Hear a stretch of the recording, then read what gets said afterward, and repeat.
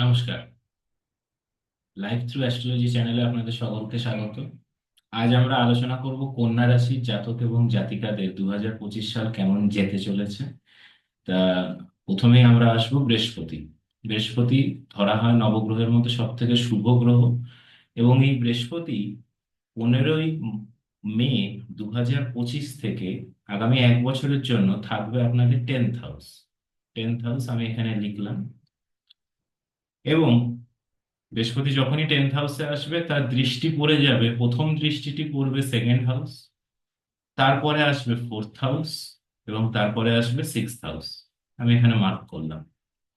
প্রথমে আমরা আলোচনা করে নেব বৃহস্পতি 10th হাউসে গেলে কি ফল আসতে পারে। 10th হাউস জ্যোতিষের জ্যোতিষশাস্ত্রে ধরা হয় 10th হাউস হচ্ছে প্রফেশনের ঘর, কর্মস্থান। তার মানে বৃহস্পতি শুভ গ্রহ যখনই 10th হাউসে ট্রানজিট বা গোচর করবে, তার মানে এইখানে এক বছর, 15ই মে 2025 থেকে আগামী এক বছর 2026 15ই মে অবধি আপনাদের প্রফেশনে উন্নতির যোগ রইল। তার মানে বৃহস্পতি যেহেতু সব থেকে শুভ গ্রহ, তার মানে আপনাদের সরকারি চাকরি পাওয়ারও একটা যোগ রয়ে গেল। যারা অলরেডি সরকারি চাকরিতে আছেন তাদের একটা আপলিফমেন্ট, প্রমোশন বা পদোন্নতির সম্ভাবনাও রইল। তার মানে আমাদের এটা বুঝতে হবে যে আমরা যে প্রফেশনেই থাকি না কেন, সেই প্রফেশনে এই এক বছরের মধ্যে উন্নতির যোগ মারাত্মক। তার মানে গত বেশ কিছু বছরে যদি আপনাদের সেই প্রফেশনের দিক থেকে আপনারা যদি আহ মনে করে থাকেন যে যতখানি উন্নতি হওয়ার সম্ভাবনা রয়েছে বা হওয়া উচিত সেটা হচ্ছে না, সেটা এই এক বছরে এর সম্ভাবনা মারাত্মক।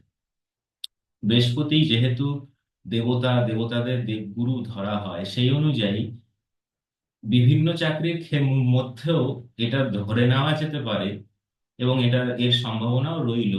যারা বিশেষ করে টিচিং বা শিক্ষকতা প্রফেশনে আছেন বা কোনো টিচিং কোনো সংস্থায় কোনো চাকরি করেন, সেই সংস্থার ক্ষেত্রেও আপনাদের পদোন্নতির সম্ভাবনা, প্রফেশনের দিক থেকে উন্নতির যোগ রইল। দেখে নেওয়া যাক বৃহস্পতির দৃষ্টি কোথায় গিয়ে পড়েছে। প্রথমে আমরা দেখে নিয়েছি বৃহস্পতির প্রথম দৃষ্টি পড়েছে সেকেন্ড হাউস। সেকেন্ড হাউস হলো আমাদের বাচন স্থান, বাণী স্থান, আমাদের খাদ্য অভ্যাসের ঘর, আমাদের সঞ্চিত বা অর্জিত ধন সম্পত্তির ঘর। তা বৃহস্পতির তিনটে দৃষ্টি থাকে এবং সেই প্রত্যেকটি দৃষ্টি শুভ ধরা হয়। তা সেই অনুযায়ী সেকেন্ড হাউস মানে আপনাদের মুখের বাণীর কারো কোনো কারণে পজিটিভ কোনো ইম্প্যাক্ট আপনাদের জীবনে আসতে চলেছে। খাদ্যাভ্যাস বা খাদ্য অভ্যাসের জন্য কোনো সমস্যা এর আগে জীবনে থেকে গেলে এই এক বছরে সেই সমস্যার সমাধান হতে পারে। অর্জিত বা সঞ্চিত ধন সম্পত্তি বাড়তে পারে, সেই প্রচেষ্টা করতে চাইলে এই এক বছরে করতে পারেন, সেই সম্ভাবনা শুভ। বৃহস্পতির পরের দৃষ্টি এসে যাবে আমাদের 4th হাউসে। তা কন্যা রাশি জাতক এবং জাতিকাদের 4th হাউস, তা প্রথমেই 4th হাউসে বৃহস্পতির দৃষ্টি, এটাকে শুভই ধরা হয়। 4th হাউস হলো আমাদের মায়ের ঘর। প্রথমত আমাদের গৃহস্থান, গৃহসুখ, আমাদের বন্ধুত্বের ঘর। তা 4th হাউসে যখনই বৃহস্পতির দৃষ্টি পড়েছে, মায়ের কোনো শরীর খারাপ বা মায়ের দিক থেকে কোনো সমস্যা, তা আপনাদের মায়ের জীবনে কোনো সমস্যা থাকলে এই এক বছরে সেই সমস্যা সমাধান হওয়ার সম্ভাবনা প্রবল। গৃহে কোনো মাঙ্গলিক বা শুভ কাজকর্ম হতে পারে। বন্ধুর মাধ্যমে জীবনে কোনো উন্নতি বা পজিটিভ অ্যাসপেক্টের সম্ভাবনা রয়েছে। বৃহস্পতির শেষ দৃষ্টি পড়ে যাচ্ছে রোগ ঋণ শত্রুর ঘরে। রোগ ঋণ শত্রুর ঘর, এই ঘরটা জ্যোতিষে জেনারেলি অপচয়ের ঘর হিসেবেই ধরা হয়। কিন্তু যেহেতু বৃহস্পতির দৃষ্টি প্রত্যেকটি দৃষ্টিতেই তার অমৃত রয়েছে, তো সেই অনুযায়ী রোগ ঋণ শত্রু নিয়ে গত কয়েক বছরে আপনারা যদি সমস্যায় থেকে থাকেন বা এই সমস্যা আপনাদের জীবনে যদি থেকে থাকে, এই সমস্যা এই গত এক বছরের মধ্যে আপনাদের মুক্তি পেতে চলেছে। তা এই গেল বৃহস্পতির প্রভাব কন্যা রাশির জাতক এবং জাতিকাদের উপর। এরপরে আমরা জেনে নিই শনির দৃষ্টি এবং শনির এফেক্ট কি কেমন হতে পারে কন্যা রাশির জাতক এবং জাতিকাদের উপর। তা প্রথমেই জেনে নিই যে শনি কোন ঘরে থাকবে। আমি এখানে লিখছি শনি কন্যা রাশির জাতক এবং জাতিকাদের আসবে 7th হাউসে। সেভেন্থ হাউস আসবে বলতে এসে গেছে অলরেডি। 29শে মার্চ 2025 থেকে আগামী 2.5 বছর শনি থাকবে আপনাদের সেভেন্থ হাউস, এবং শনির দৃষ্টি পড়ে যাবে। প্রথম দৃষ্টি পড়বে নাইন্থ হাউস, তারপরের দৃষ্টি পড়বে ফার্স্ট হাউস, এবং তারপরের দৃষ্টি পড়বে ফোর্থ হাউস।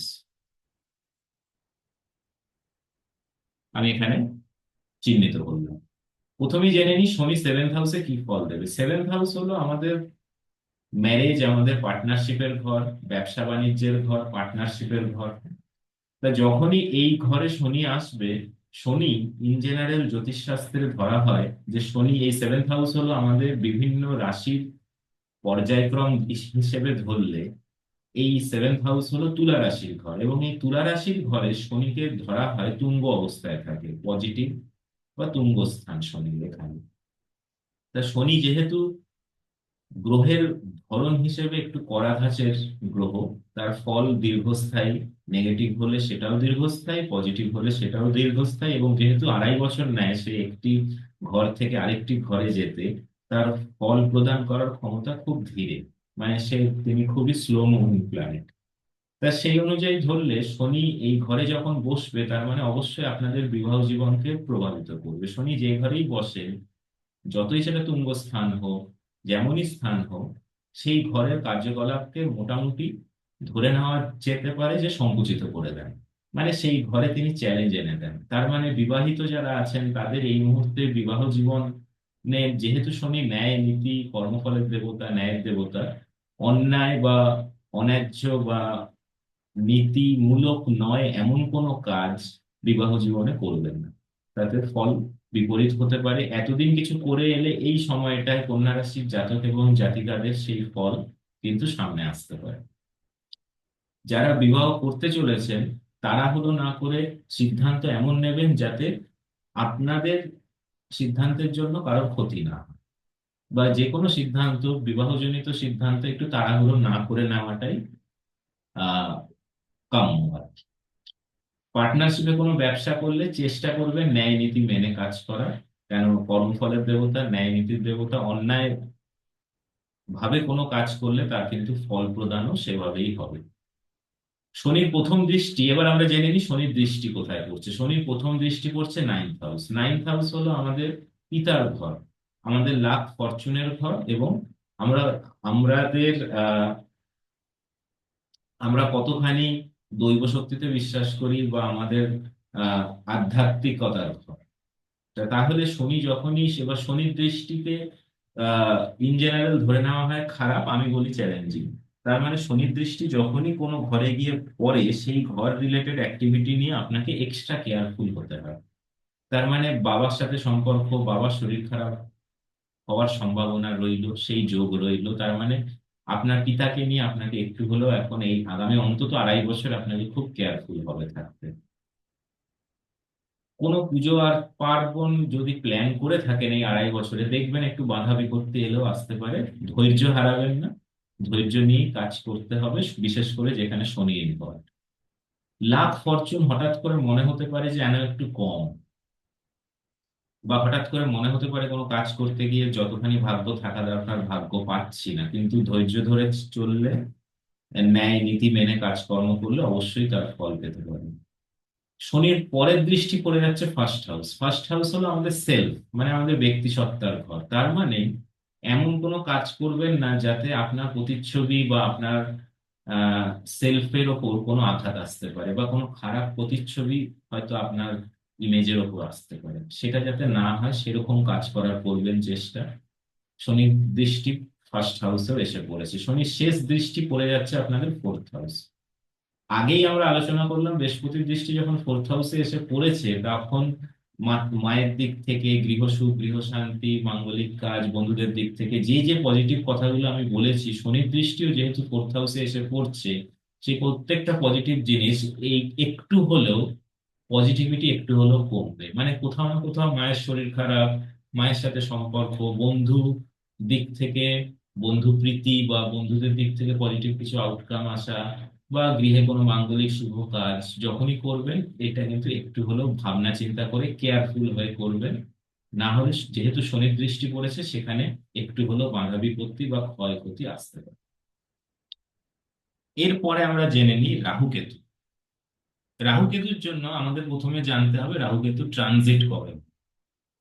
আমি এখানে লিখছি, রাহু কেতু ট্রানজিট আজকেই হয়েছে, মানে 18ই মে 2025। রাহু কন্যা রাশির জাতক এবং জাতিকাদের এসছে 6th হাউসে, এবং কেতু এসছে এবং কেতু এসছে 12th হাউসে। আমি এখানে লিখে দিলাম। দুটি গ্রহেরই গোচর একই দিনে হয়, এবং 18ই মে 2025 থেকে আগামী দেড় বছরের জন্য রাহু এবং কেতু যথাক্রমে 6th এবং 12th হাউসে থাকবে। প্রথমে জেনে নি রাহুর প্রভাব কেমন হতে পারে। Rahu 6th house, 6th house হলো রোগ ঋণ শত্রুর ঘর, কিন্তু জ্যোতিষ মতে এই 6th হাউসের আহ রাহুকে জেনারেলি পজিটিভ ধরা হয়। মানে রাহু নিজেও অসুর, অসুরিক, মানে বৃহস্পতি যা যা যতটা শুভ ধরা হয়, রাহু ঠিক তার বিপরীত। তা বৃহস্পতিকে যদি দেবতা দেবতা তুল্য ধরা হয়, দেবতাদের গুরু ধরা হয়, রাহুকে ধরা হয় অসুর হিসেবে। এবার যেহেতু এটা রোগ ঋণ শত্রুর ঘর, এই ঘরে যখনই রাহু এসেছে, দেখবেন আপনারা যারা যারা এই রোগ ঋণ শত্রু নিয়ে, বিশেষ করে শত্রুর দিক থেকে, শত্রুর ওপর আপনারা বিজয়ী হবেন।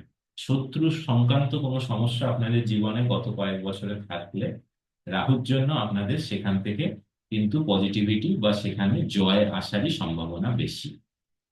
ঋণ এবং রোগের ক্ষেত্রে আপনাদের একটু হলেও কসাস থাকতে হবে, একটু হলেও সচেতন থাকতে হবে।